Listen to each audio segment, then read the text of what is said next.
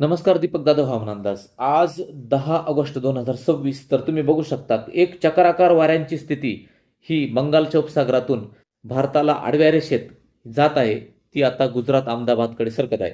तर आता सध्या जर त्याचं लोकेशन तुम्ही बघितलं तर बघा, इंदोर आणि भोपाळ, मंदसौर, नीमच ह्या शहरांकडे अगदी जबरदस्त पाऊस हा कालपासून कोसळतोय. नर्मदा नदीला जबरदस्त पाऊस आलाय. मध्य प्रदेशात जबरदस्त पाऊस आहे.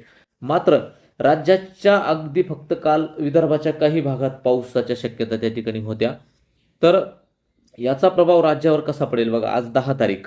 आज जर बघितलं तर राजस्थान, मध्य प्रदेशमध्ये जोरदार पाऊस आहे. त्याच्या तटवर्ती जो भाग आहे राज्याचा, नागपूरच्या काही भागामध्ये, अगदी जळगावच्या बुऱ्हाणपूरच्या भागामध्ये थोड्याफार पावसाची शक्यता ही 10 तारखेला दिसते. मात्र पावसाची शक्यता ही राज्यामध्ये 11 तारखेला दिसते. तर 11 तारखेला जर बघितलं तर बघा काय होतं की साधारण हे कमी दाब पट्टा हा थोडासा पुढे सरकतो.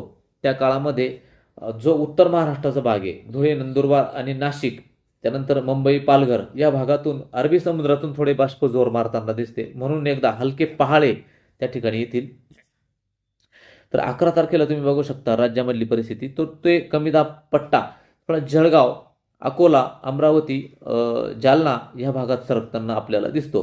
तर ह्या 11 तारखेलाच फक्त राज्यामध्ये पावसाच्या शक्यता या बऱ्या बनताना दिसतात. त्या काळामध्ये जो तटवर्ती भाग आहे मध्य प्रदेशचा, त्या भागामध्ये पावसाच्या शक्यता या विखुरलेल्या परिस्थितीत राज्यामध्ये दिसतात. त्यानंतर एकदा 11 तारखेनंतर 12 तारखेला पुन्हा वातावरण थोडेफार असतेच, परंतु ते कमी होऊन जाईल. नंतर 13 तारखेला राज्यातील वातावरण बरेचसे त्या ठिकाणी आपल्याला ढगाळ वातावरण आणि दुपारनंतर क्वचित पावसाची शक्यता दिसते. 14 तारखेला देखील फक्त नागपूर पूर्व ह्याच भागात पावसाची शक्यता आपल्याला दिसते. 15 तारखेला वातावरण ढगाळ असेल, मात्र मोठ्या पावसाची शक्यता नाही आहे. 16 तारखेला देखील ढगाळ वातावरण आणि वाऱ्याचा प्रवाह त्या ठिकाणी चांगला असेल. 17 तारखेला पावसाची शक्यता नाही आहे. 18 तारखेला देखील पावसाची शक्यता तितकीशी मोठी आपल्याला त्या ठिकाणी दिसत नाही आहे.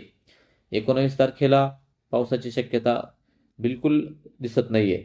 म्हणजे एकंदर फक्त राज्यामध्ये आज 10 तारखेला पश्चिम घाटावर, 11 तारीख फक्त 11 आणि 12 तारखेला राज्यात पावसाच्या शक्यता या बनताना दिसतात. मोठ्या पावसाच्या शक्यता या आपल्याकडे दिसत नाही. हा अंदाज सगळ्यांनी लक्षात घ्या. त्यानुसार कामाचं नियोजन करा. धन्यवाद.